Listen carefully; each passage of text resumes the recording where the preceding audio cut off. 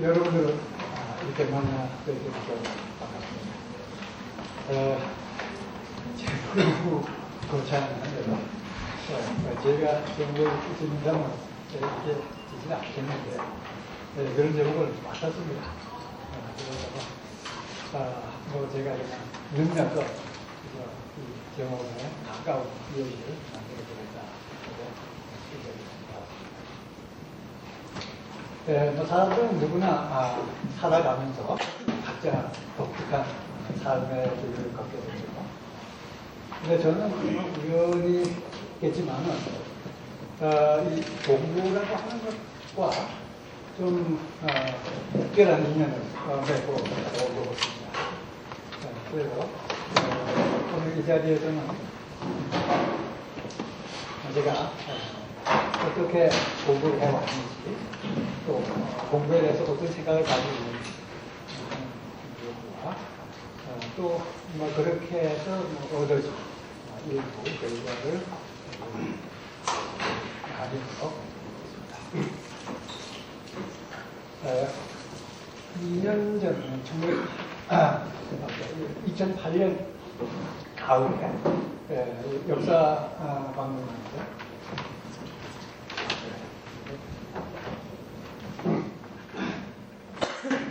역사박물관에서 각과 함께하는 인문학 강사라는 연습 강의입니다. 오후에 걸쳐서 물질 생명 인간 통합적 이해의 가능성을 연구로 다닙니다. 그 강의를 다 준비를 하고 보니까 그 내용이 제가 공부해온 그 한문 여정을 그대로 따라가고 있는 그런 느낌이 들어요. 그래서 그것이 결국 일생 동안 해온 중요한 내용을 정리한 거다. 그리고 그 결과가 같은 제목의 책으로 작년에 나왔습니다. 그리고 이제 그 구체적으로 공부를 하는 과정에 대해서는 조금 좀 장난스러운 책으로 공부 도둑이라는 책을 제가 역시 2008년 봄에 그래서 오늘 제가 하는 얘기는 사실 그 두 권에 있는 내용들을 좀 요약하고 할까요? 그 중에서 부분을 뽑아서 그냥 근데 이 책 제목에 공부 도둑이라는 말을 들어가는데요. 사실은 제가 오늘 그렇게 처음부터 쓴 건 아니고 출판사에서 그렇게 한 것도 그렇게 안 됐는데 내용 속에는 공부 도둑이라는 게 있습니다.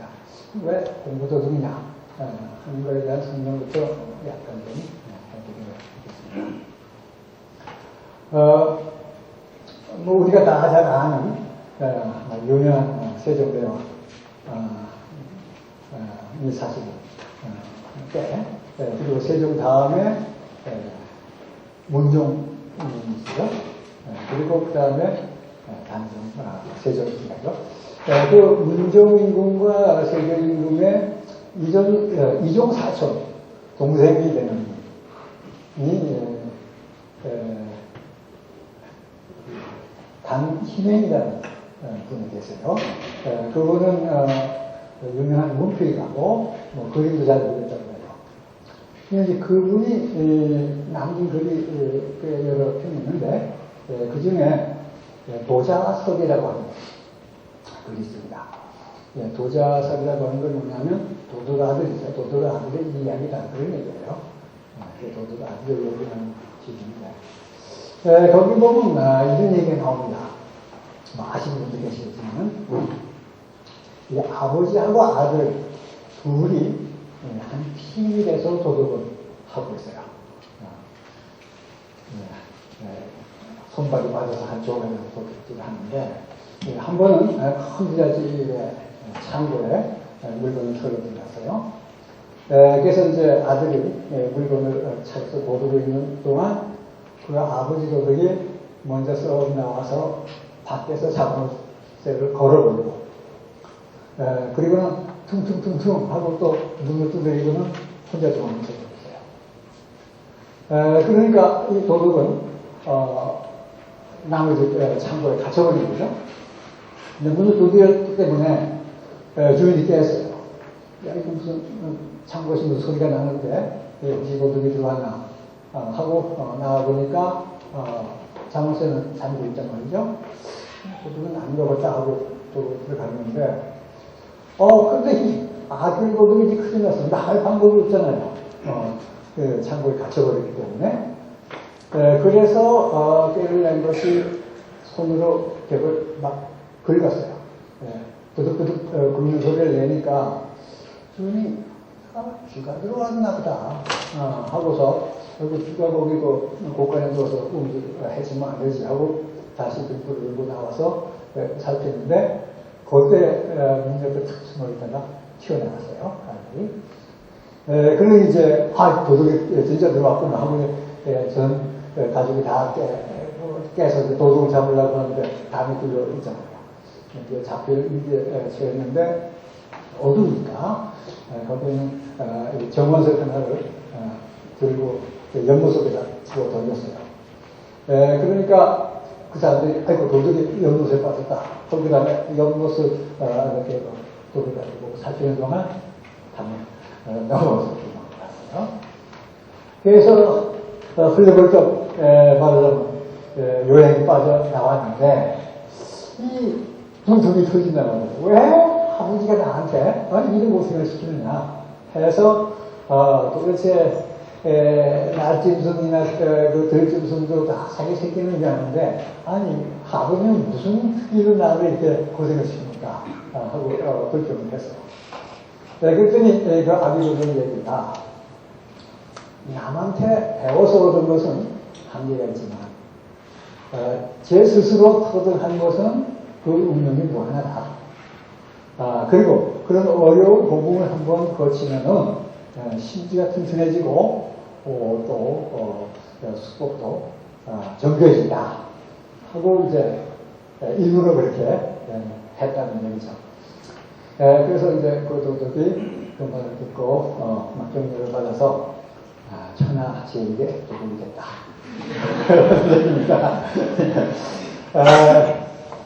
이것이 강명 선생이 자기 아들들에게 교훈인 것을 그리는데 물론 도둑이 되라고 교훈은 안 되죠. 그러니까 아들들이 공부를 하는데 공부도 이렇게 도둑처럼 해봐라 하는 얘기일 겁니다. 근데 공부하고 도둑이야 별로 다른 문제는 없지 않냐. 도둑질 하면은 잡혀가지만 공부했다고 누가 잡아가느냐. 그렇죠? 많이 다른데 또 흡사한 점이 있습니다. 뭐냐면 우리가 왜 도둑질을 하느냐. 자기가 가지고 싶은 보화를 창고에 가다 놓고 아무는 못 가지고 가게 하니까 가지고 싶긴 하고 그게 도둑질 하는 거죠. 근데 우리 학문의 보물이 대단히 많죠. 우리 역사를 통해서 얻어진 모든 그 중요한 결과들이 있는데 사실 우리 평범한 사람들에게는 그림을 어떻게 해요? 그거 함부로 우리가 잘 접근하기 어려워요. 그래서 이제 등록금을 내고 대학에 들어가서 거기에 어떤 그 말하자면 인가를 받은 전문가를 통해서 그것을 내서 나눠주는 것을 받아가는 거죠. 그러니까 우리는 그런 절차를 밟아서 공부를 하고 그것도 어려워서 후덕후덕 하는데 만약에 어떤 사람이 있어서 그런 절차를 싹 무시하고 젊을 때도 학문의 창고에 기다리면서 마음대로 그 보물을 가져가고 활용한다 하면은 그 도둑하고 비슷한 점이 있죠. 그래서 그것도 도둑이라고 할 수가 있겠는데 그 공부도둑이라고 하면 되지 않겠나 해서 공부도둑이라는 말이 붙었습니다. 제가 이 강희미 선생의 이제 이 글을 읽고 가만히 생각해 보니까 내가 바로 공부도둑에 해당하는 게 아니냐 이거 내 얘기를 쓴 게 아니냐 하는 느낌이 번쩍 들었어요. 그래서 어떻게 그러면 내가 스스로 공부도둑이라고 하느냐 하는 설명을 조금 더 드려야 되겠는데, 우선 도둑이 되려면 욕심이 있어야 돼요. 그래서 어디 몸을 있다 그러면 가서 훔쳐내서 자기가 가지고 싶은 그런 욕망이 있어야 되는데, 저는 그런 욕망이 좀 많아요. 어디 중요한 거 있다 그러면 알고 싶고, 그것을 내가 내 지식 속에 넣고 싶다 하는 그런 욕구가 좀 강한 편이에요. 근데 그것만 가지고 안 되죠. 그 방법, 수단이 있어야 돼요. 훔쳐낼 기술이 있어야 돼요. 근데 그 기술이 보기에 만만치 않죠. 그래서 저는 어떤 이유로 그런 기술을 좀 익숙해가 하는 편인데, 보여드리는 점을 드리고, 도대체 당신이 뭐를 어떻게 훔쳐내길래 스스로 도둑이라고 하냐 하는 것에 대한 서론만 잠깐 말씀드리고 보다 나갔어요. 아까 제가 말씀드렸지만 우리 그 학문적인 유산을 우리가 얻어 가질 때는 스승을 거쳐서 또는 학교, 대학을 거쳐서 이렇게 배우는 것이 정상이죠. 우리 상식이. 근데 저는 어릴 때부터 얘기를 하자면은 피타고라스 정리라고 하는 수학에 나온 여러분 중학교 때 배운 있어요. 그것을 제가 혼자 훔쳐서 주머니에 넣었어요. 선생님한테 배우지 않고. 고등학교 때 미분적분학이라고 하는 것을 학교 수업을 받지 않고 또 혼자 책을 읽어서 알았기 때문에 또 훔쳐지고 있는 편이고, 고등학교 물리학을 역시 거의 수업을 받지 않고 혼자 공부를 했어요. 그 외에도 이 훈자생문학 또 조금 후에 얘기긴 하지만은 혼자 책을 읽어서 알게 되고, 동양 고전에 대해서도 한문이나 동양학을 정식 수업을 들을 없는데도 불구하고 한문 원전을 읽어서 대략 이해를 합니다. 독일어는 대학교 1학년 때 잠깐 배웠지만은 그것만 가지고 이제 독일어 시험 박사학위 할 때 외국어 시험을 내가 하던 두 가지 쳐요. 독일어, 프랑스어 쳐서 되는데, 독일어는 약간 배웠으니까 완전히 훔친 건 아니죠. 그러나 그렇게 학교를 했고, 프랑스어는 강의 한 번도 안 들었는데 몇 달 공부해서 학교를 했어요. 그만한 꽤 많이 훔치지 않았겠어요? 왜 그런 짓을 했느냐? 그겁니다. 그것이 바로 지금 조금 전에 말한 강유명 선생의 얘기하고 비슷해요. 제가 초등학교를 졸업을 못했어요. 맞아. 초등학교 중생이요. 여러분들 아마 거의 다가 초등학교 졸업을 다 하셨겠는데, 그것이 1950년이죠. 50년에 내가 초등학교 6학년에 막 올라갈 때에 전쟁, 6.25 전쟁하고 그 시골에 할아버지 계신 데로 갔더니 우리 할아버지가 학교를 못 다니게 하는 거예요. 이제 너 학교를 가라. 근데 도저히 이유가 납득이 안 돼요. 이유가 없어요. 그러니까 요즘 할아버지는 집에서 제일 권위가 낮은 사람이 할아버지인데, 그 당시에 할아버지는 이거 한 말씀 더 하면은 누가 거기 이유를 물을 수도 없는 존재예요. 그냥 가지 말라고 그러면 끝이야. 아니 나야 당연히 그렇지만 우리 아버지 우리 할머니도 한마디 왜 그러냐는 말조차 할 수가 없어요. 하지 말아라고 끝이에요. 그런데 이게 나만 그런 거예요. 우리 삼촌들도 다 학교 다니고, 우리 삼촌이라도 나보다 나이 한 살 많은 삼촌, 2살 적은 삼촌, 이렇게 많아요. 근데 그분 다 학교 다니고, 그 다음에 또, 우리 단식도 다니는데, 그 단식도 우리 할아버지하고 같은 집에서 우리 할아버지가 학교 내줘서 다녀요. 근데 나는 장손인데, 갔더니, 다니지 말라는 거예요. 다니지 말고, 농사 지어라. 그래서 새벽부터 일어나서 막 옷을 주고, 그 다음에는, 산에 가서, 땔감 해보고, 그 다음에 소, 먹이 마련하고, 이런데 하셔요. 이게 황당해요. 근데 그렇다고 해서 내가 그런 공부 싫어해서, 그랬냐면 그건 아니야. 뭐 초등학교 때 뭐 대단히 뛰어나진 않았어도, 그 반에서 몇째 손가락에 드는 정도는 됐단 말이죠. 그러니까 뭐 공부는 곧잘 하는 편이고, 또 즐기는 편인데, 이거 딱 못하게 하는 거야. 그렇다고 해서 그럼 내가 공부를 포기할 거냐? 물론, 아마 거의 대부분의 사람들은 그 상황에서는 일단 포기하고 잊어버리고 있다가 나중에 기회가 되면 다시 몇 년 늦게 공부한다. 이럴지도 모르겠는데, 난 그건 안 되겠다. 그래서 혼자 공부를 하는 거예요. 혼자 공부를 하는데, 따로 책이 없으니까, 삼촌, 또, 누구, 책들, 이렇게, 보고, 공부합니다. 그래서, 뭐 시간이 없으면은 먹이러 나갈 때 소 몰고 나가서 풀 뜯어 먹을 동안 이렇게.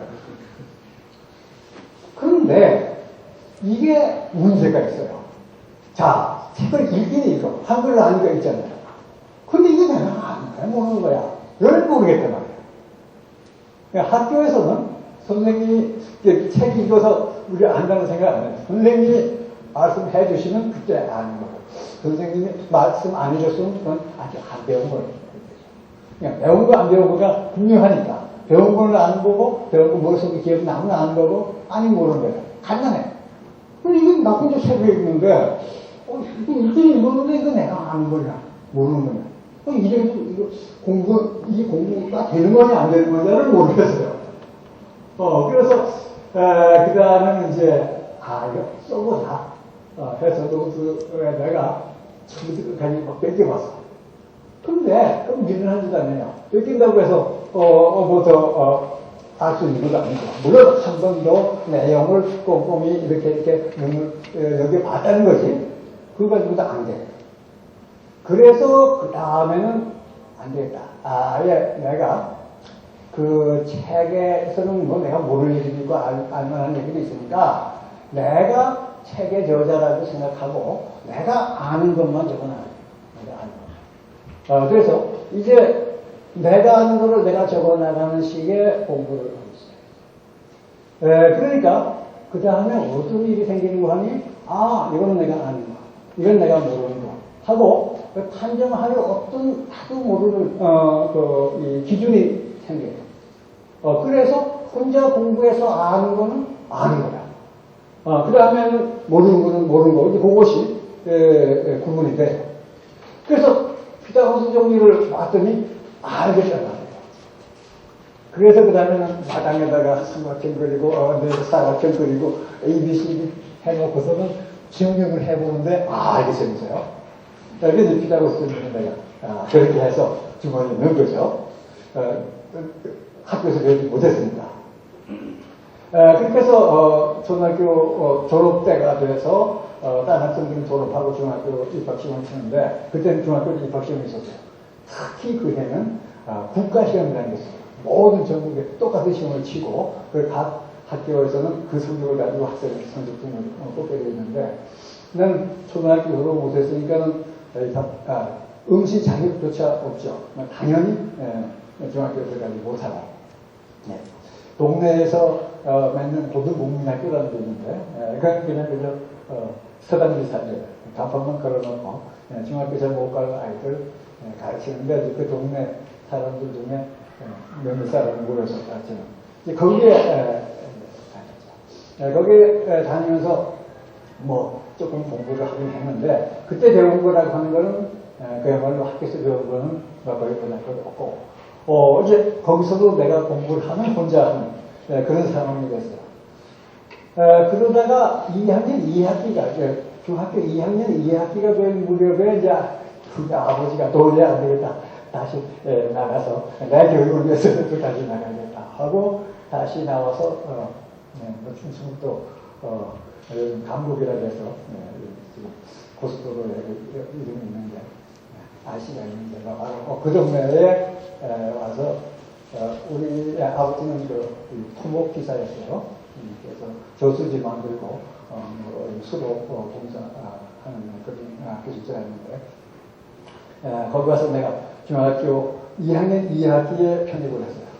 그래서 사실은 그러니까 정규 교육을 보면 한 2년 반 정도를 엄청 뛴 건데 사실 초등학교 졸업장도 없는데 고등학교 다니는 걸 가지고 와서 나 이렇게 다녔어.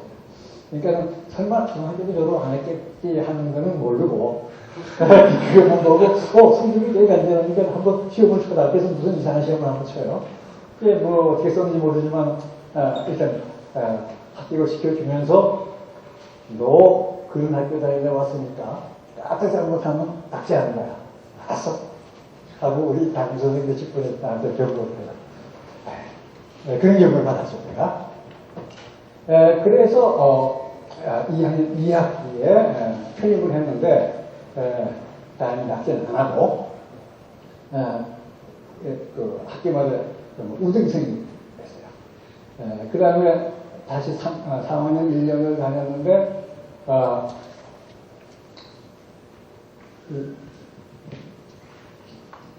전교 최고 성적이었어요.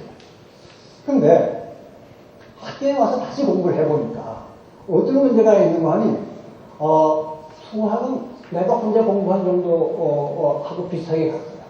근데 오하고 영어는 내가 혼자서 도저히 할 수가 없기 때문에 다시 따라간다고 애를 먹었고 나머지 과목은 비슷비슷한데 문제는 뭐냐면 과거에는 선생님이 가르치려면 아는 거고 그 다음에 안 배운 거 모르는 거 이런 식으로 해서 간단했는데 이제는 거꾸로 돼가지고 이제 내가 안 받아들이면 선생님이 가르쳐줘도 이건 모르는 거야.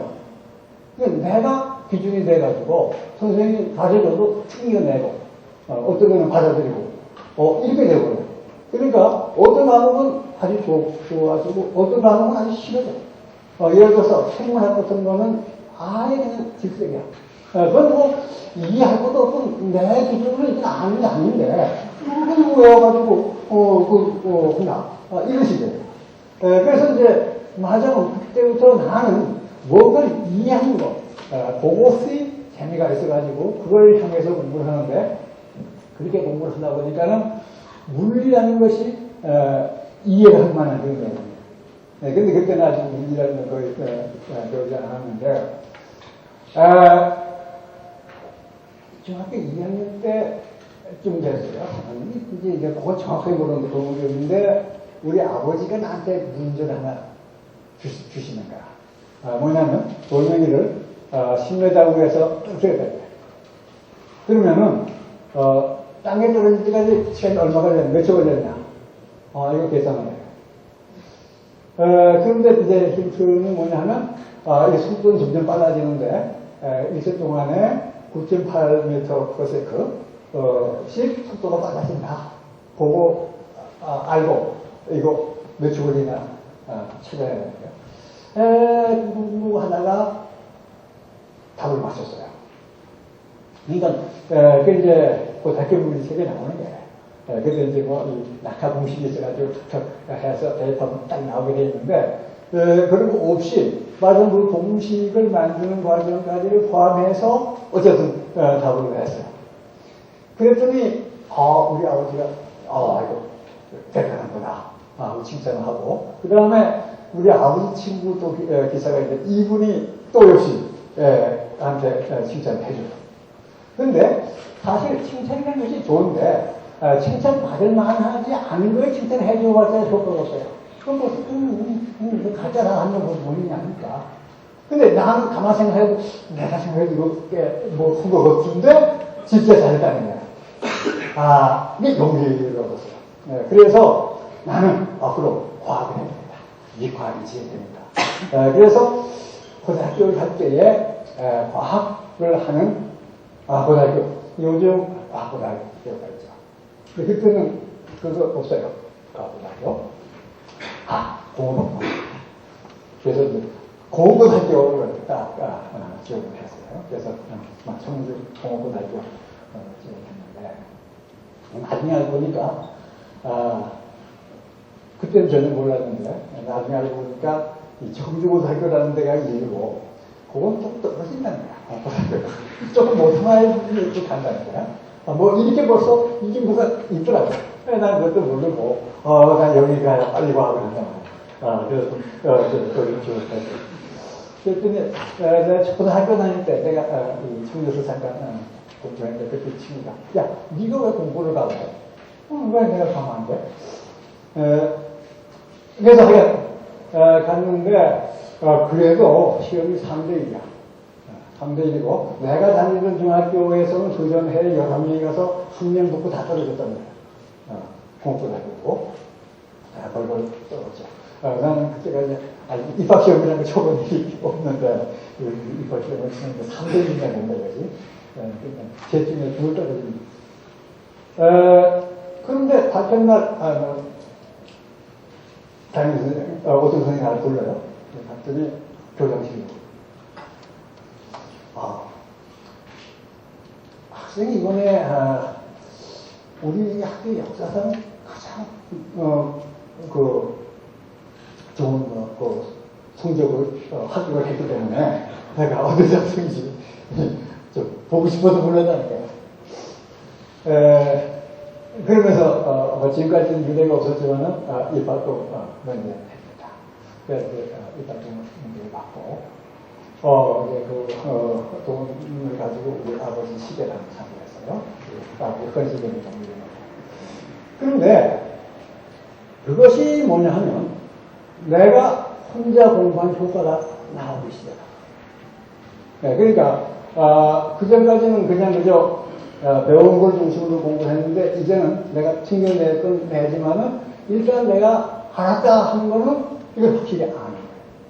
근데 그 기준을 내가 가지고 있어요. 그러니까 요것은 내가 한 2년 고생한 그 과정을 통해서 내가 공부하는 방법을 스스로 터득해요.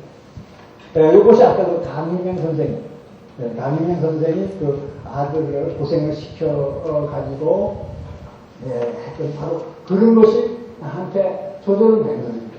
우리 할아버지는 바로 그런 취지로 나를 공부하지 말라고 했던 건 아닌 것 같아요. 지금까지. 그건 진짜 공부 안 시키려고 했거든요. 근데 결국 나는 튀어나가가지고 결국 공부하는 방법을 터득해야 됐어요. 그 다음부터는 선생님이 별로 필요하지 않고 나한테 있는 선생님을 통해서 내가 공부합니다.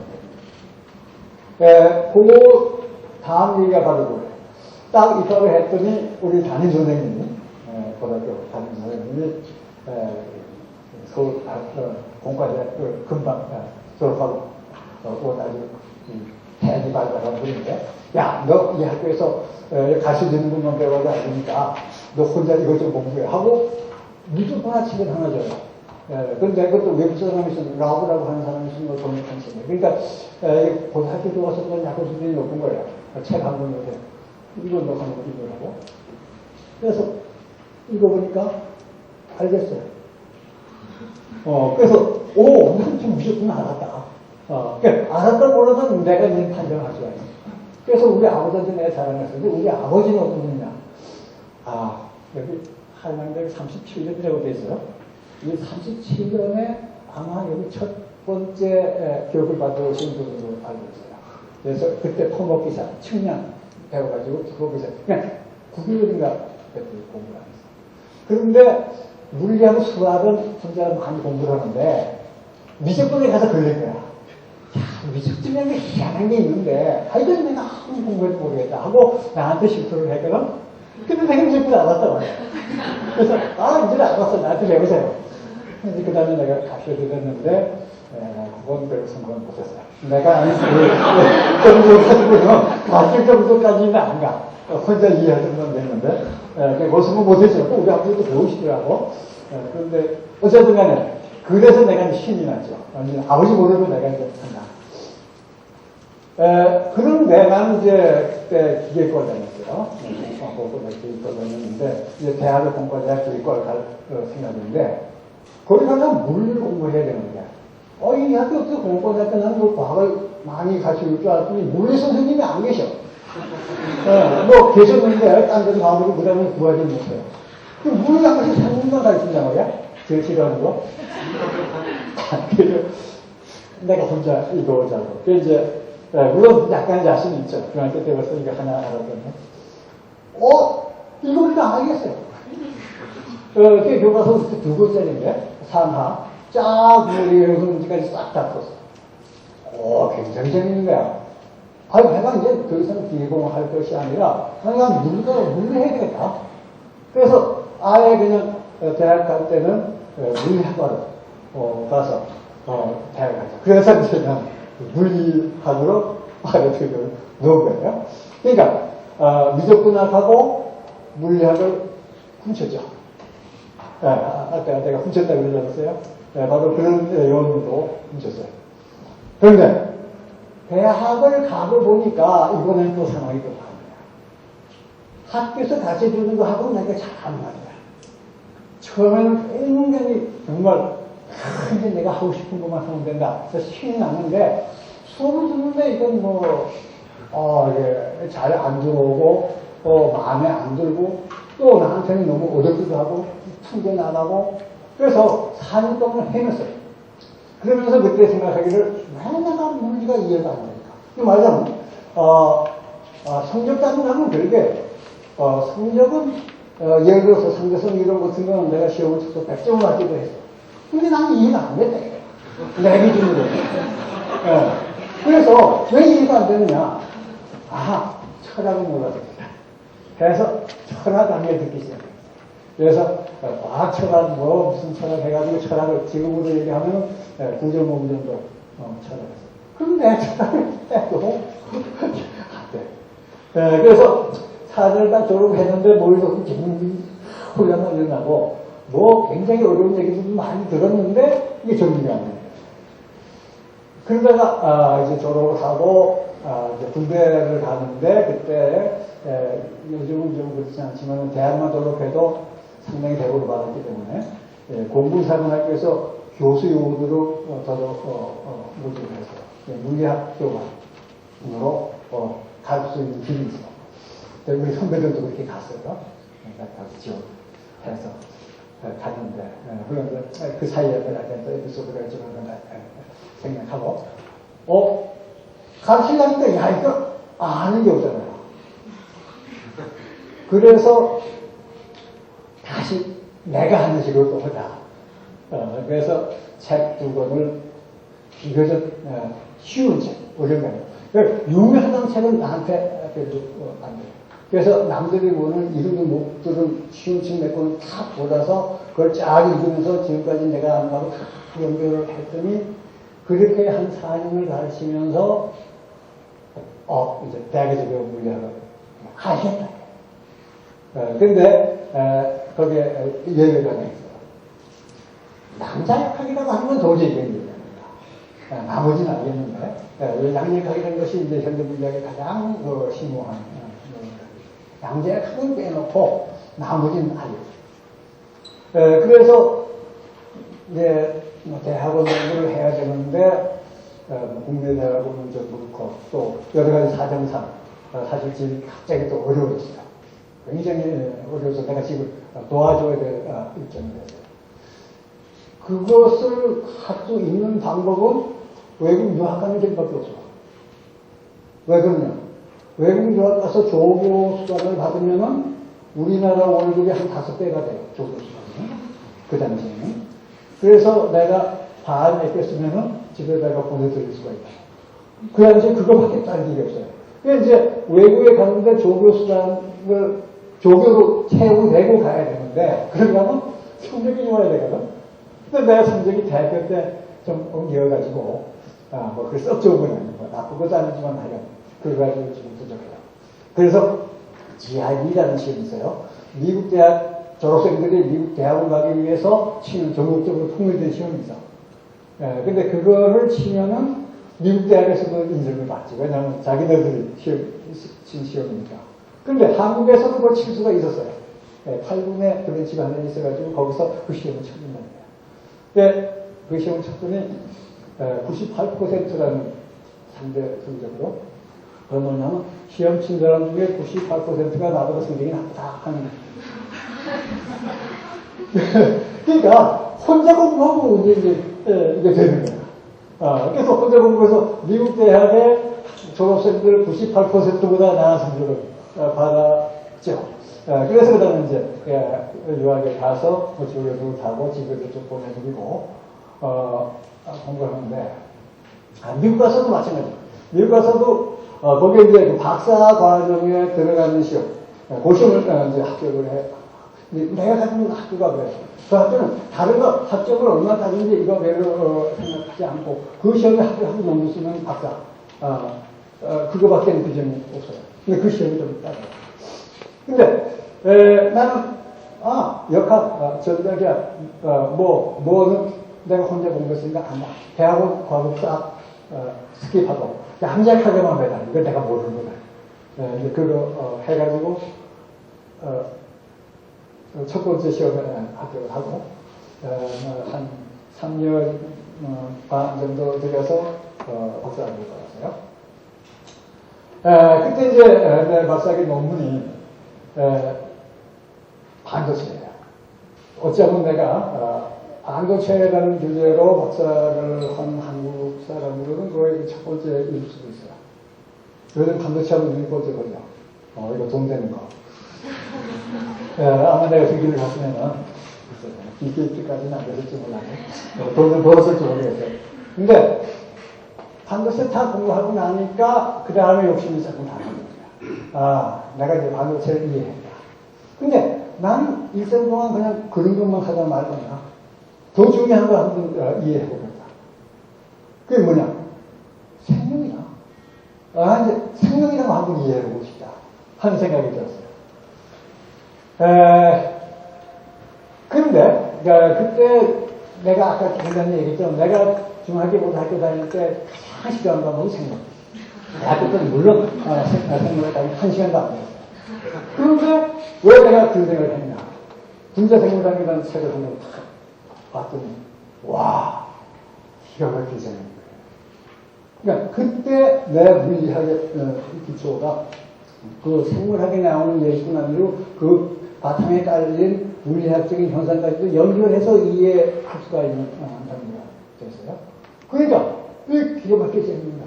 이렇게 생기는 중요한 걸 내가 여태까지 몰랐구나. 이걸 해야 되겠다.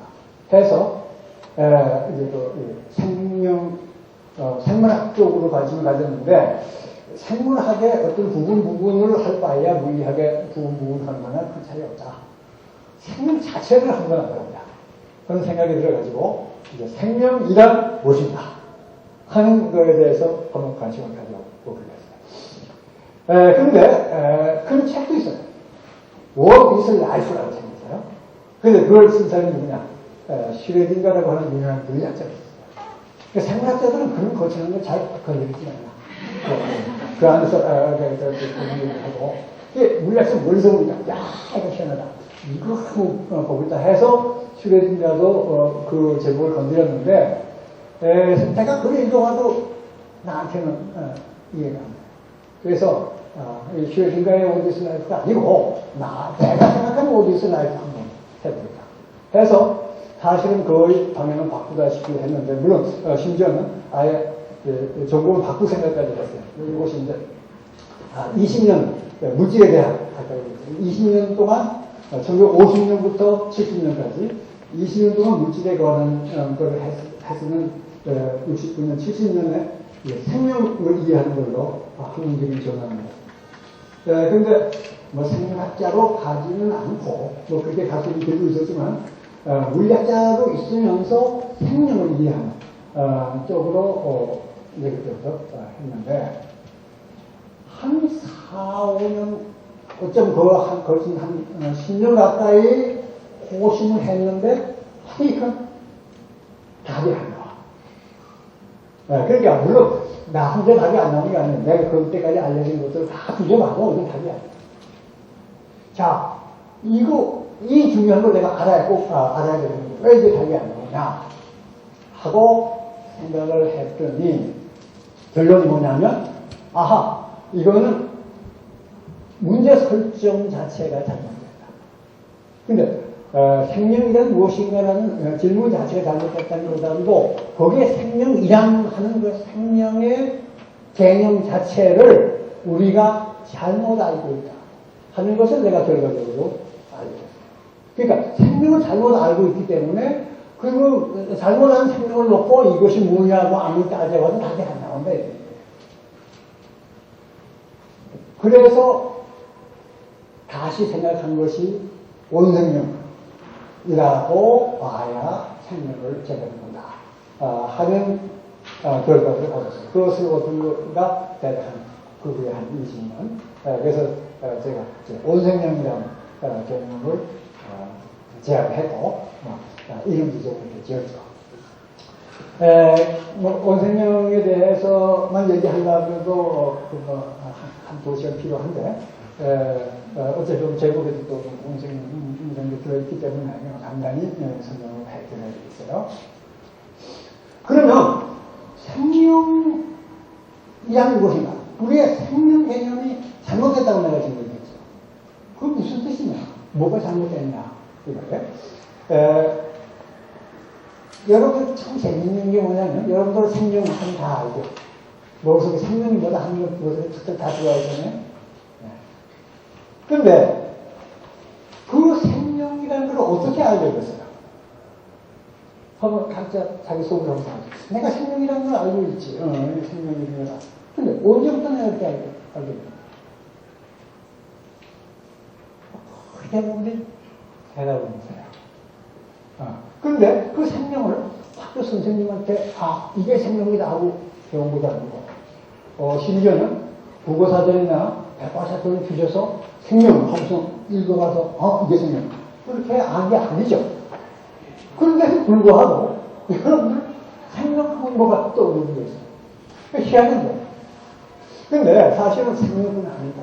우리가 가지고 있는 중요한 개념들의 많은 부분들이 그런 식으로 알게 되는 거예요. 다른 예를 들면, 여러분, 공간이라는 말 알죠? 공간이 뭐예요? 아마 설명 잘 못하지만, 이게. 근데 공간에 대해서 누가 공간이 뭐다 하고 배워서, 같이 배워서 아는 거 아니죠? 그런데 알고 있어. 그거에 있는 거죠.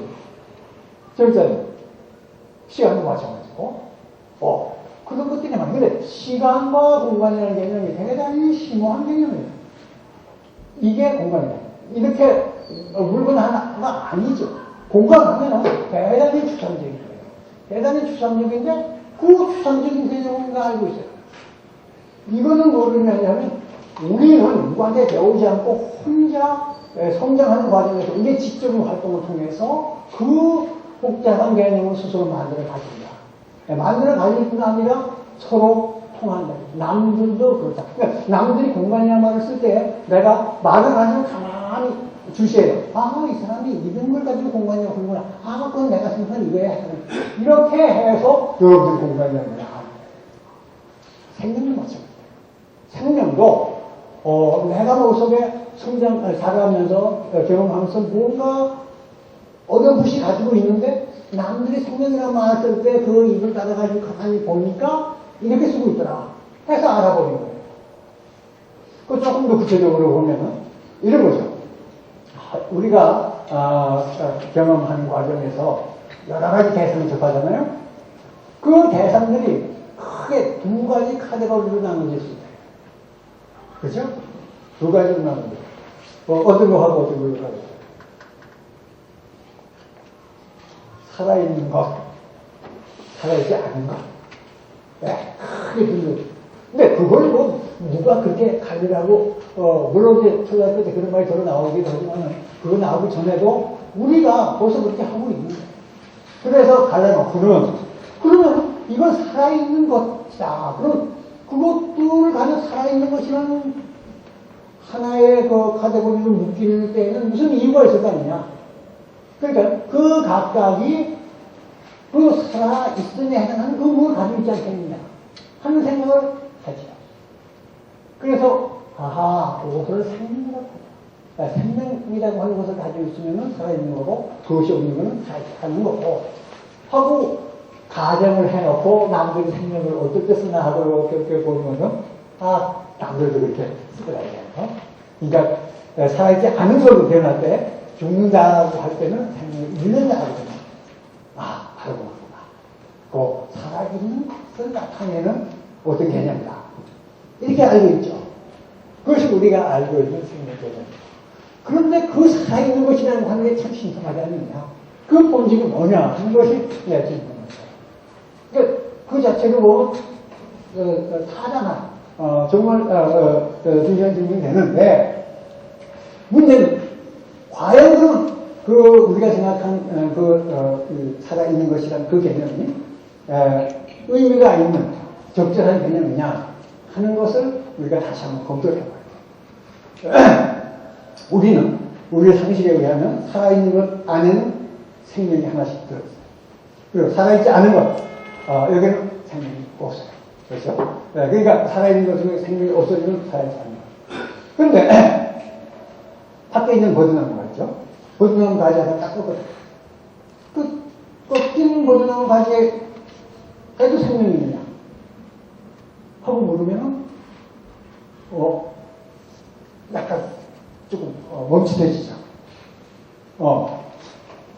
버드나무 전체에 생명 하나 있는데 꺾어진 가지에 있느냐. 그런데 땅에다가 잘 심고 정성들이면 정상적인 버드나무가 되는 수 없느냐. 그냥 없다고 말하기 어렵다. 뭐 이렇게 이제 애매해지죠. 그래서 그러면 솔달 동안 햇빛에 말렸다. 여기 생명이 있냐? 없겠는데 그것도 이렇게 자신 없는 거예요. 재능이 좋은 사람 이렇게 깎아가지고 태우면도 살릴 수 있을 거예요.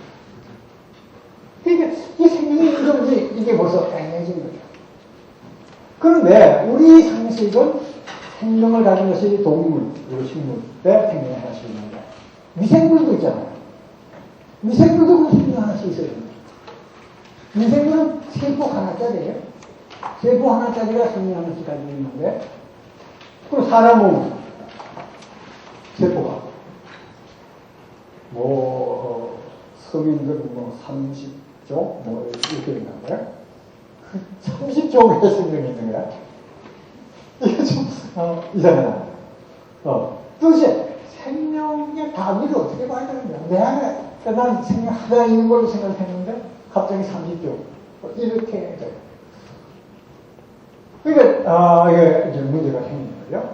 그래서 만약에 어떤 생명 그 문제를 해결하려면은 생명의 정수라고 할지 어떤 본질을 가진 어떤 부분을 우리가 확인하면은 좋아요. 그러면 그 정수를 가지고 있으면 생명이 있는 거고 그것이 없으면 생명이 없는 거고 그거 하나는 생명이 하나 그것도 없는 생명이 둘 이렇게 하면 좋은데 그런 것이 있느냐 하고 생명체에서 살펴요.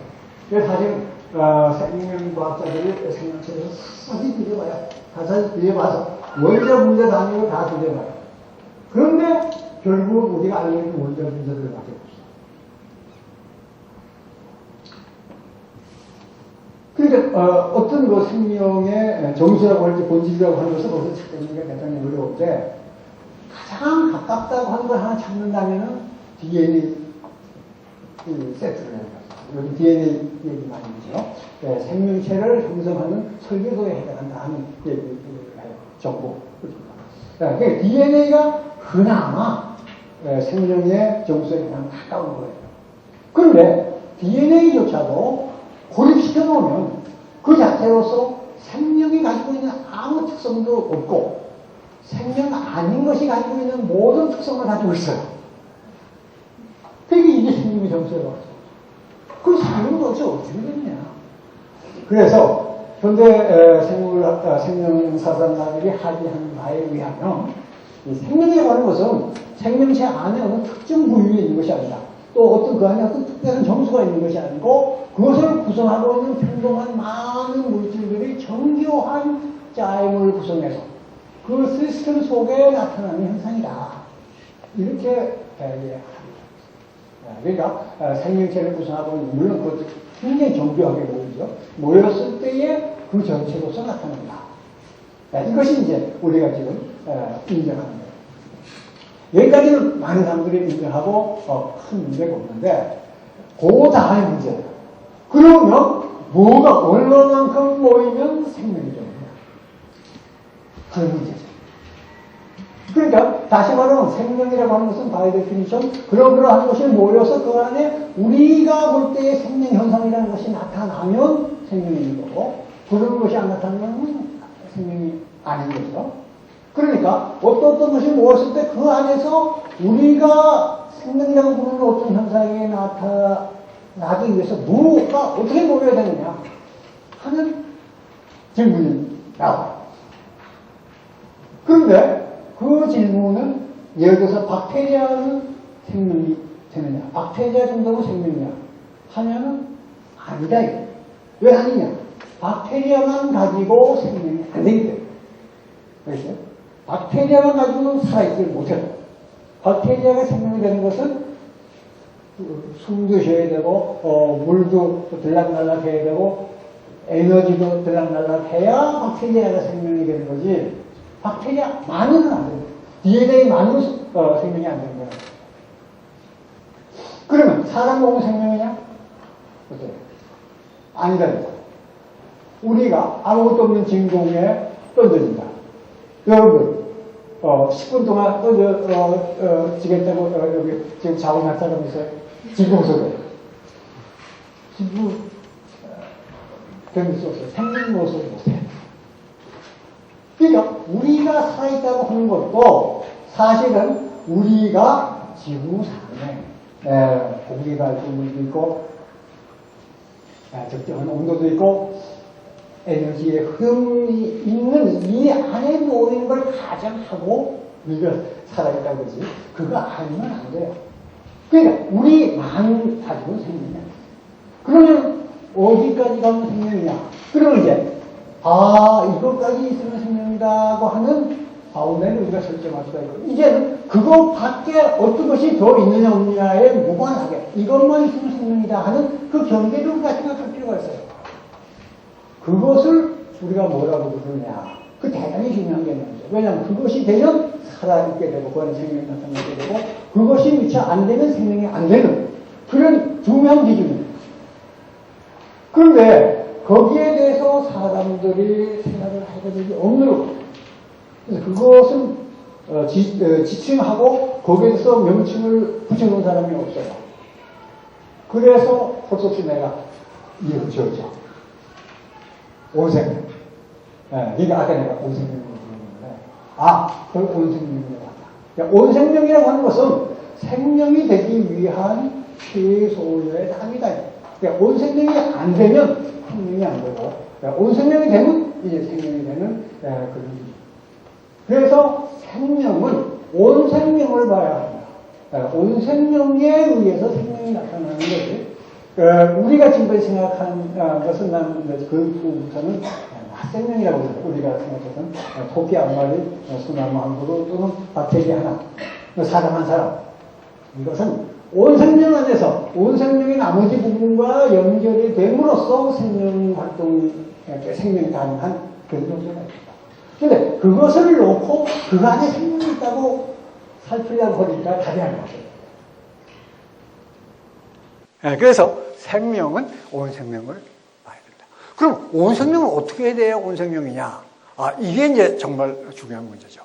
그걸 보려면 우리 자기를 기준으로 해줘요. 자기가 살기 위해서 뭐가 어떻게 있어야 내가 살게 된다 하는 것을 다 살피면 알 수가 있죠.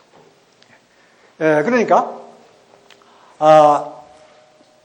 우리 상식적으로도 어느 정도 얘기가 돼요. 내가 살려면 움직여야 되죠. 자, 지금 내가 이렇게 팔을 움직이죠. 이거 무슨 에너지로 움직여요? 태양 에너지로 움직여요. 태양 에너지. 태양 에너지가 녹색 식물에 떨어져서 녹색 식물을 영양 물질로 바꾸고 영양 물질이 또 이리저리 바뀌어서 내 입으로 들어가서 이걸 움직인다. 그러니까 이렇게 연결되어 있어요. 그러니까 우리가 생명이 가능한 인과의 사슬, 인과의 사슬이 어디까지 어떻게 얽혀 있느냐 하는 것을 한눈에 볼 때 그것이 온 생명이다. 그래서 지금 우리가 금방 알 수가 있지만은 우리 생명은 적어도 태양과 그 다음에 지구 정도의 풍요로운 물질이 있어야 돼요.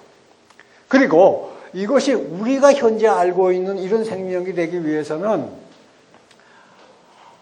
확률적으로 형성이 되는데 한꺼번에 될 수가 없어요. 여러분들 이렇게 한번 생각해 보세요. 지금부터 40억 년 전에 여러분들이 우리 지구를 방문했다고 가정해봐요. 뭐로 바뀌었어요? 아마 여러분들 현재 몸을 구성한 원자 분자들을 봤을 거예요. 여러분들 몸을 구성하고 있는 원자 분자들이 먼지가 돼서 휙 날아다니고 있어요. 알겠어요? 그러니까 다시 말하면 개미새끼 한 마리 없고 녹색 식물도 없고 그냥 태양은 비치고 물 좀 있고 흙 먼지밖에 없어.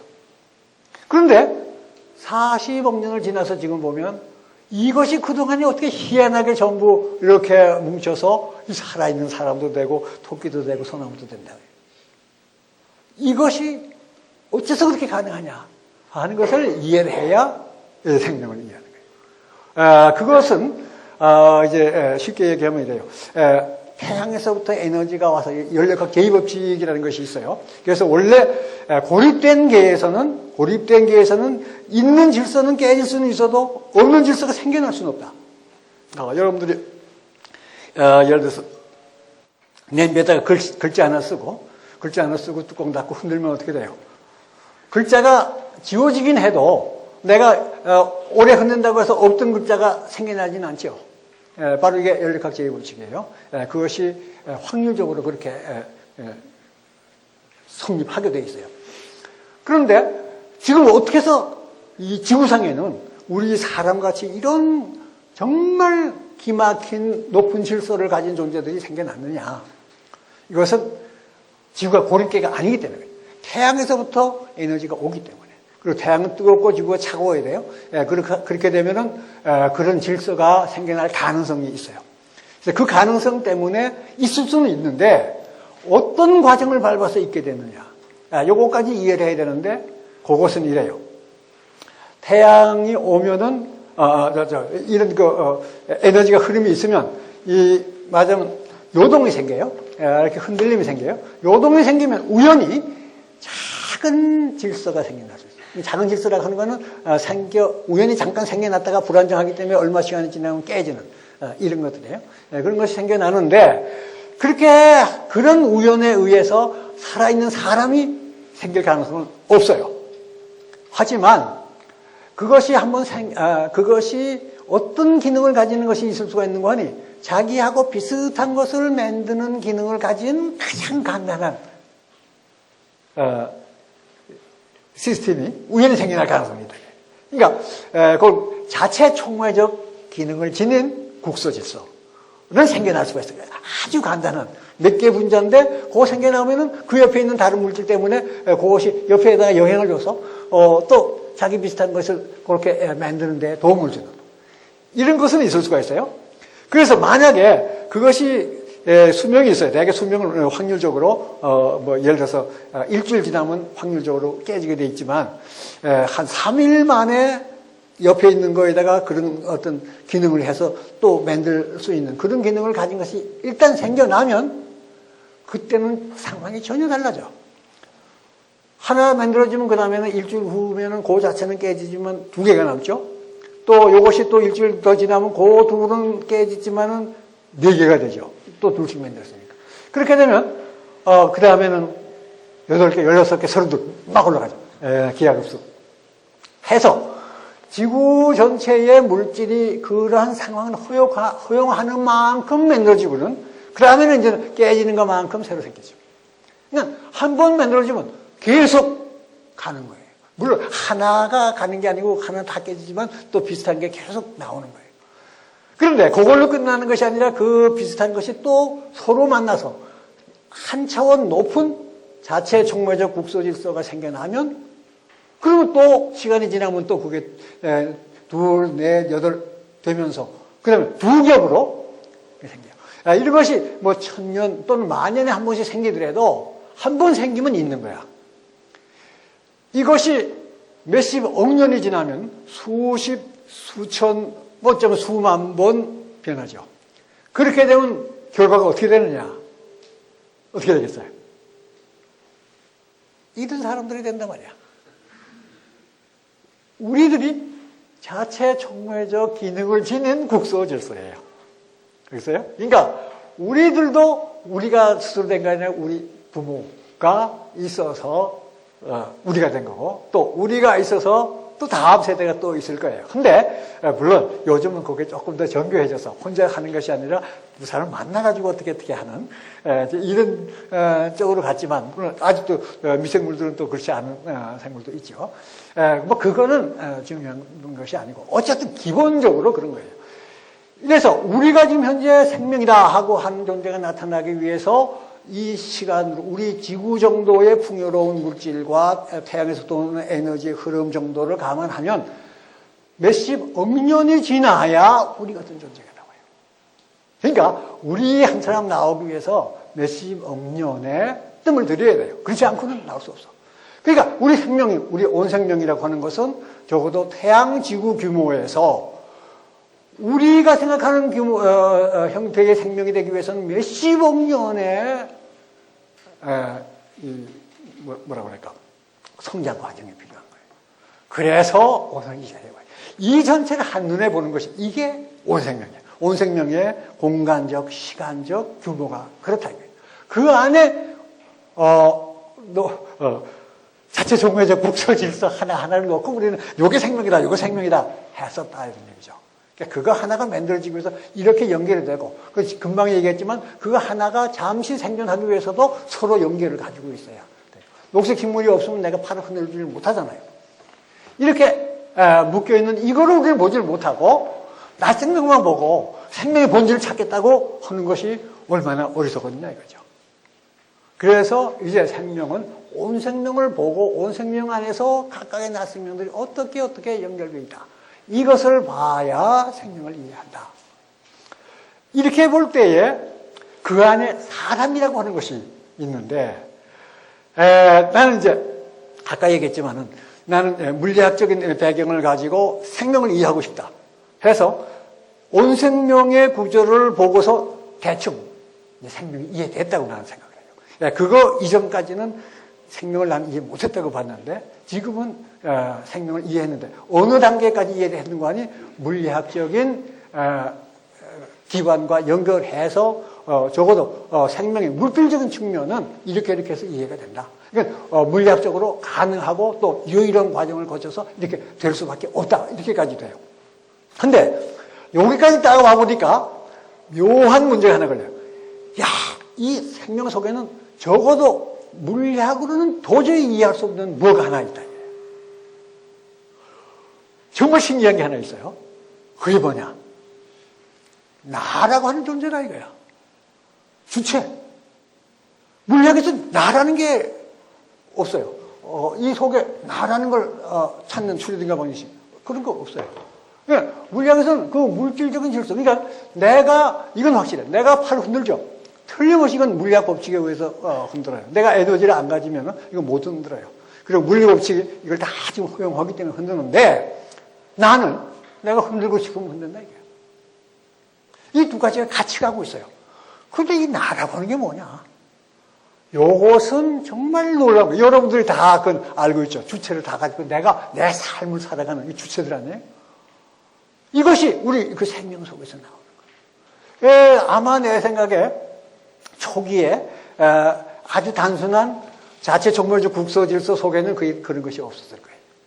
그래서 더 정교해지고 상당히 정교해져도 그게 잘 없다가 거의 인간 정도가 됐을 때, 적어도 인간의 중추신경계 정도가 형성이 됐을 때에 비로소 그것이 이제 강하게 나오죠. 동물들도 물론 약하게는 주체성이 있어요. 자기 정체성을 자기가 느끼는 면이 있지만, 그러나 우리가 볼 때는 아주 정말 낮은 차원이고, 사람 정도가 됐을 때는 이제 그것이 가능하다. 그런데 이것이 나오기 위해서 우리 온 생명은 40억 년의 시간을 보냈다. 그러니까 40억 년을 지나면서 인간이 나오기 전까지는 우리 온 생명이 그런 나다 하는 것을 모르고 지났어요.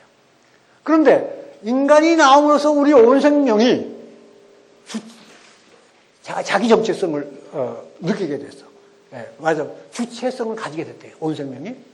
어떻게 온 생명이 나라고 하는 걸 느끼느냐. 우리가 온 생명 안에 있어요. 우리가 저 밖에 있는 것이 아니고 우리가 온 생명의 한 부분이죠. 그러니까 우리가 그렇게 느끼는 거는 온 생명이 그렇게 느끼는 거야. 그런데 우리가 나 하나만이 주체다. 이게 나다. 그 생각할 때는 아직 온 생명의 나라고 생각하기는 좀 부족하죠. 그런데 우리가 내 몸이 결국 알고 보니까 이렇게 떨어진 거 이것이 생명이 아니고 이 전체가 연결되고 또 이 오랜 기간 동안이 내 삶의 그 시간적인 규모다. 그 생각한 우리가 나라고 했을 때는 그것이 온 생명이 나다. 그래서 이제 지금부터는 온 생명이 이제 나도 자기도 모르게 그냥 그저 저절로 사라져서 사는 이런 식물적인 생존이 아니라 이제는 내가 이렇게 살아야 되겠다. 온 생명이 이렇게 살아야 되겠다고 하는 의식이 지금 나오는 거예요. 그러니까 지금부터 여러분들은 온 생명이 내 몸이기 때문에 이 온 생명이 어떻게 살아야 되겠다는 거에 이제 관심을 가진 거예요. 이것이 바로 온 생명의 주체. 그러니까 인간은 사람을 치면 온 생명의 두뇌에 해당하는 거죠. 온 생명의 정신에 해당하는 거예요. 그러니까 온 생명이라고 하는 것은 맞아요. 사람 몸으로 생각하면 사람 몸 세포로 구성되어 있지만 이 생물 종들로 구성이 되어 있어요. 생물 종들로 구성되어 있고 많은 생물 종들이 다 기능을 가지고 있어요. 그 안에서 온 생명 전체를 살리기 위해서 여러 가지 기능을 가지고 있는데 사람만은 뭘 하는 존재인지 알 수가 없어. 사람이 온 생명에서 무슨 기능을 하느냐? 이거 항상 그것을 갖다가 자기 활용만 했지 기여하는 게 없는 것처럼 보이죠. 그런데 알고 보니까 사람은 온 생명에 정신 노릇을 한다 이거예요. 그러니까 사람 몸 속에 있는 두뇌의 세포는 도대체 뭘 하냐? 그건 팔도 안 움직이고 다리도 안 움직이고 혼자 앉아서 그건 뭐 밥만 먹고 가만히 있냐? 아니고 그 정신 활동을 하잖아요.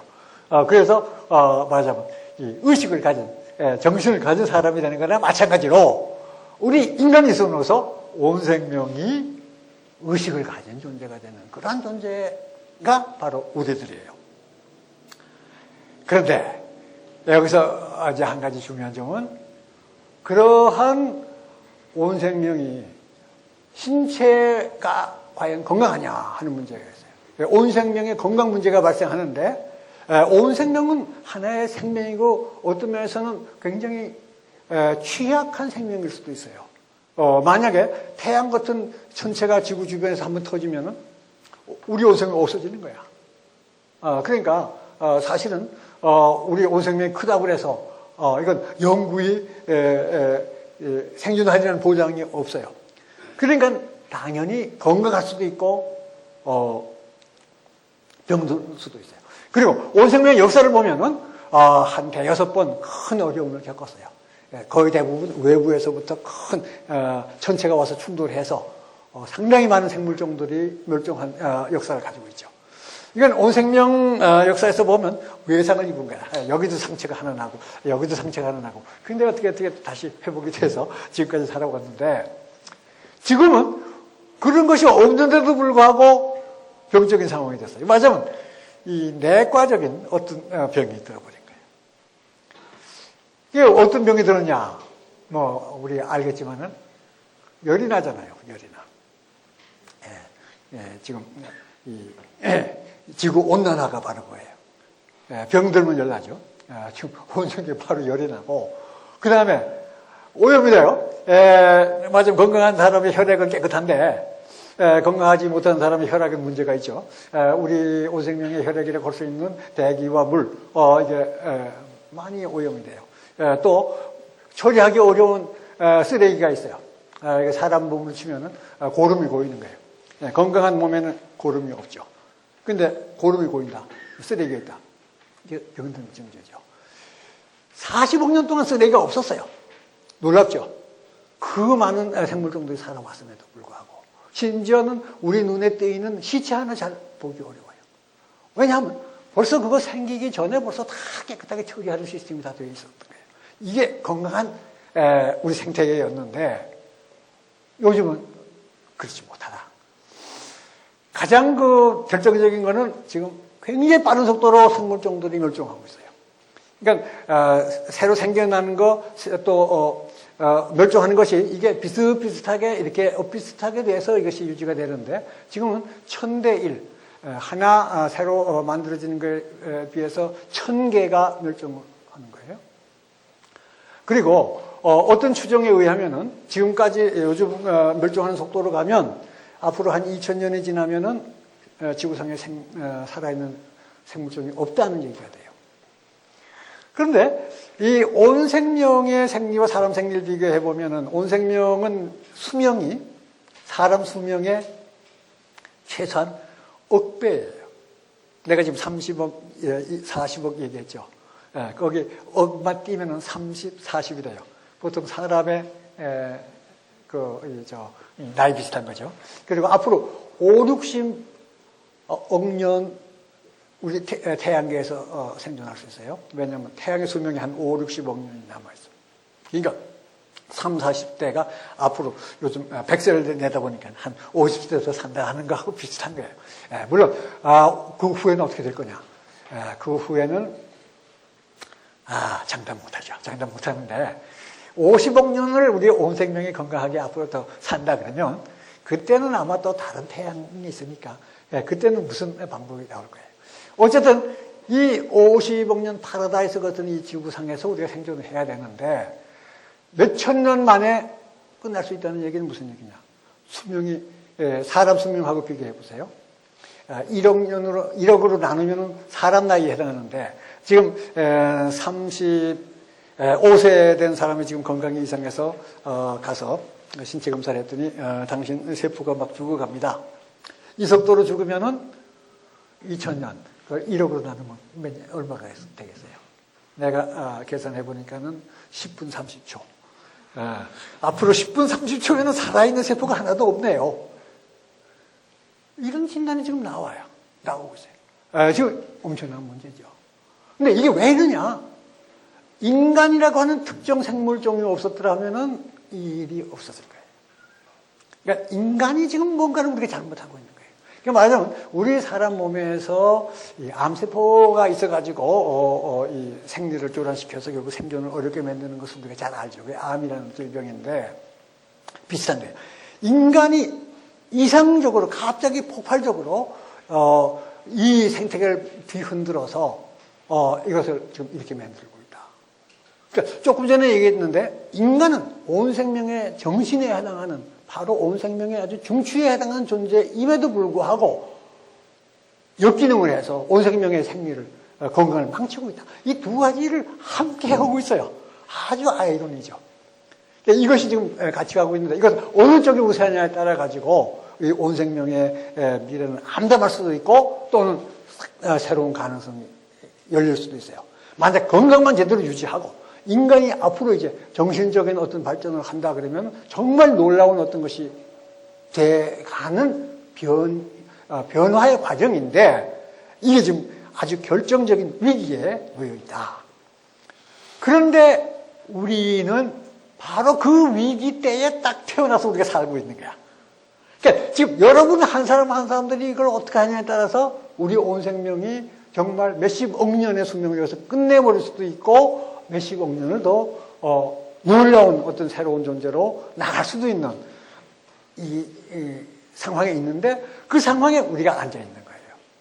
우리는 지금 아무것도 못하는 게 아니고 뭔가 할 수 있는 존재, 유일하게 할 수 있는 존재, 온 생명을 살리기 위해서 이것이 바로 우리 자신이다 하는 것이 제가 이 생명의 이해를 통해서 얻은 온 생명의 지혜라고 하면 그 지혜인지는 몰라도 어쨌든 제 눈에 비친 우리 상황이다 이렇게 얘기를 할 수가 있어요.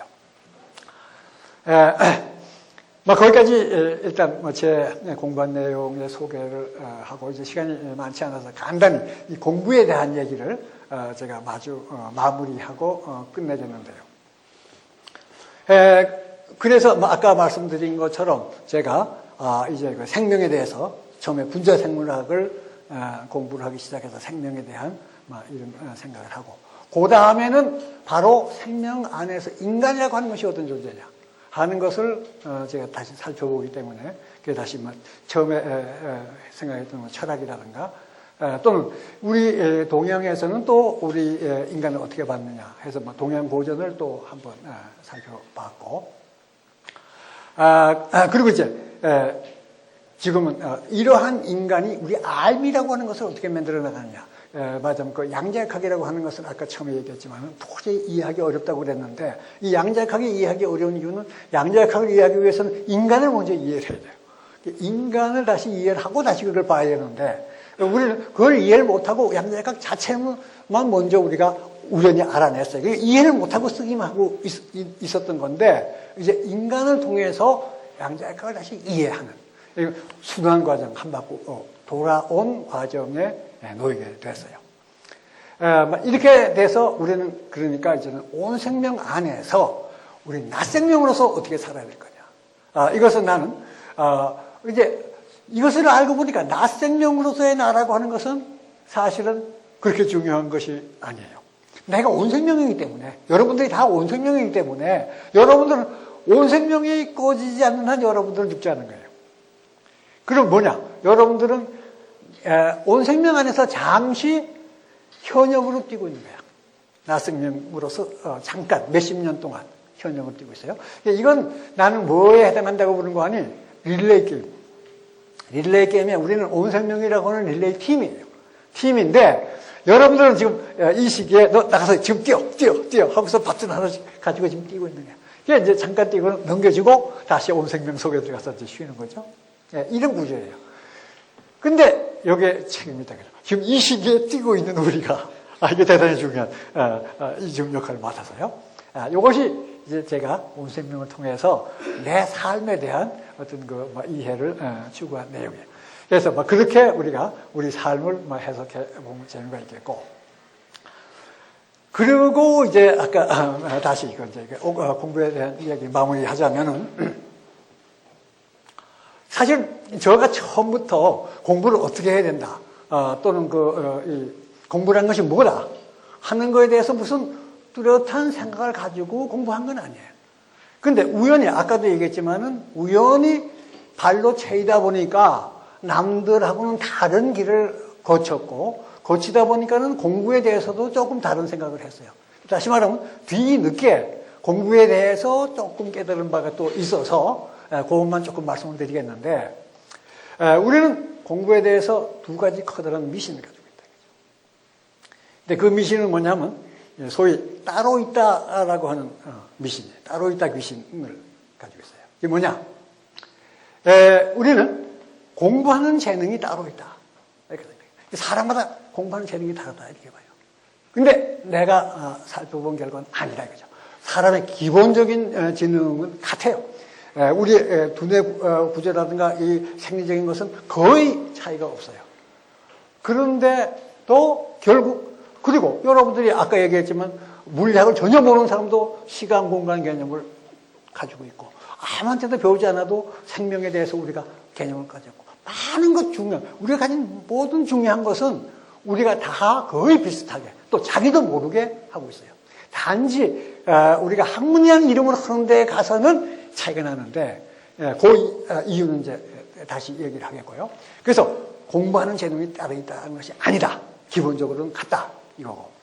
또 한 가지는 공부하는 시기가 따로 있다 하는 미신을 믿고 있어. 아니다 이거죠. 공부는 계속 할 수 있고 해야 된다.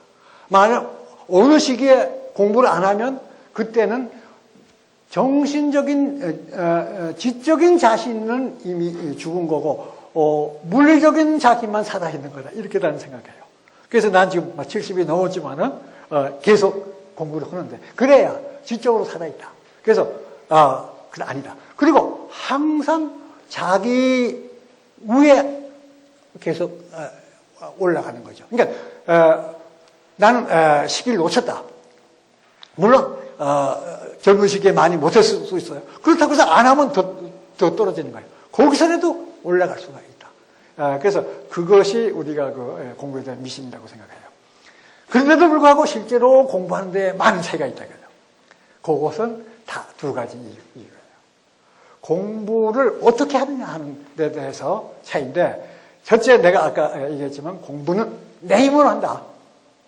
그러니까 남한테 배워서 한다고 생각해요. 어디 가서 좋은 학교에서 배우고 좋은 스승을 만나고. 이것은 둘째다 이거죠. 물론 도움이 돼요. 근데 기본적으로는 내가 하는 거예요. 그러니까 나로 하여금 가장 유능한 스승이 되도록 만드는 거. 이것이 제일 중요한 거예요. 그것을 되도록 일찍이 하면 할수록 더 쉬운 거죠. 나는 초등학교 때 불가피하게 했어요. 그러니까 여러분들이 혹시 나만큼 하기 어렵다고 생각하면 여러분들은 초등학교를 졸업했기 때문에 불행하게도 나만큼 될 수가 없을 거예요. 나는 역설적으로 그런 얘기를 해요. 그러니까 내가 한다. 이것이 중요하고 그것을 하게 해주는 것. 이게 가장 중요한 거예요. 그다음에 또 한 가지 아주 중요한 게 있어요. 공부는 재미로 한다 이거죠. 그러니까 공부를 의지로 한다. 물론 힘들으니까 의지로 한다 이렇게 생각하는데 게임이 안 돼요. 죽으라고 지옥 훈련을 마다하고 공부를 하는 사람과 재미있어서 그냥 안 할 수 없이 저절로 웃어가며 하는 사람 누가 이기겠어요? 게임이 안 돼요. 재미있어야 돼요. 재미있으면 저절로 돼. 힘 안 들고 빨리 할 필요도 없어요. 그러니까 나는 학생 시절에 공부 많이 할 필요 없다. 단 졸업할 때 공부하고 싶은 마음만 가지고 나가라 이거죠. 그럼 일생 동안 저절로 공부가 되는 거예요. 근데 학생 때 줄여놓으니까 아이고 졸업만 하면 이제는 공부 안 해도 되겠다. 이게 역효 거죠. 그 두 가지 이유 때문에 그 두 가지를 체득하면은 그때는 차이가 나는 거예요. 차이가 난다는 건 아까 얘기했지만 내가 다시 공부 시작했을 때 그때부터 단서하고 상당한 차이를 내는데 그 이유는 딱 두 가지예요. 내가 하고 싶어서 그리고 내 힘으로 그것을 되도록 일찍이 해주는 것. 방해꾼이 있어요. 방해꾼이 있는데 그것은 또 두 가지라고 생각해요. 그게 뭐냐면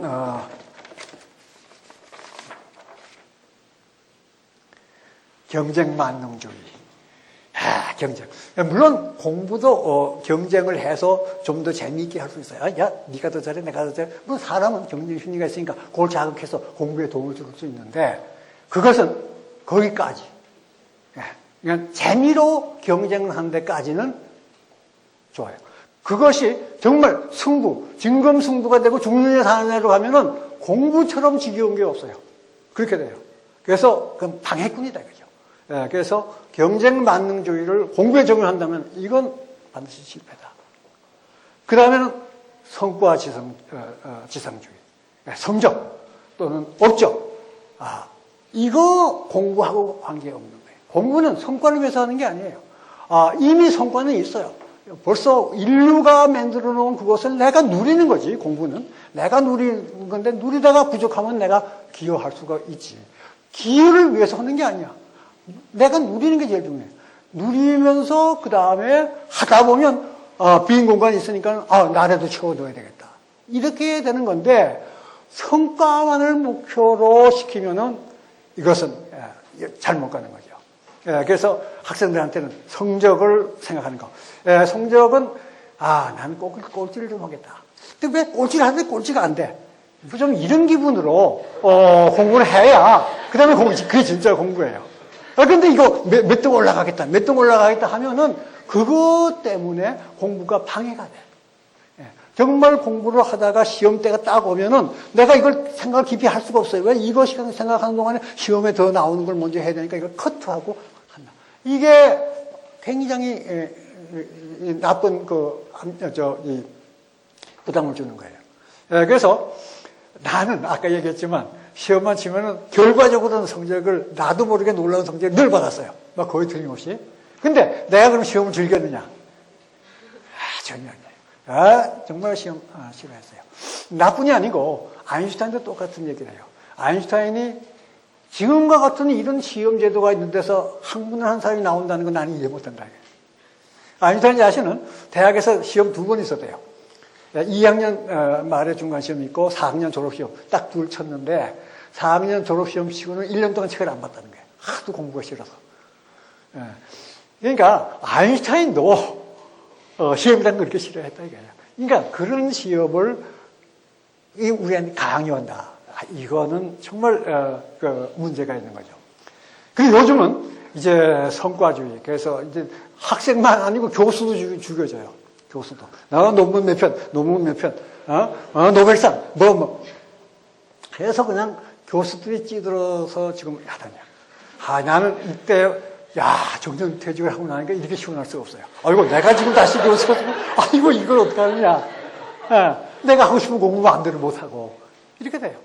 그게 아니에요. 공부는 하고 싶은 대로 하고, 그래도 결과는 어떻게 되느냐? 내가 보니까 성적도 더 잘 나오고, 성과도 더 좋은 성과를 받아요. 근데 성과를 위해서, 성적을 위해서 하면은 단기적으로는 다음 시험에는 나갈지 몰라도 그것이 누적되면 능력은 안 올라가고 공부하는 마음은 줄어드는데 이게 잘 될 리가 없죠. 이렇게 찌그러들어 버려요. 이것을 우리 교육이 지금 잘못하고 있어요. 근데 이것을 제가 처음부터 알았으면 내가 지금보다 훨씬 더 대단한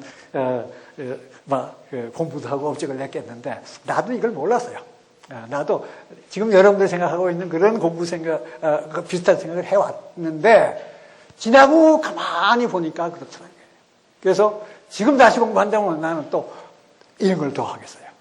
근데 이미 놓쳤기 때문에 그럴 수는 없지만 그래서 지금이라도 내가 이걸 느끼기 때문에 여러분들한테 전해드리는 것이 도움이 되겠다 해서 오늘 한 말씀 드렸어요.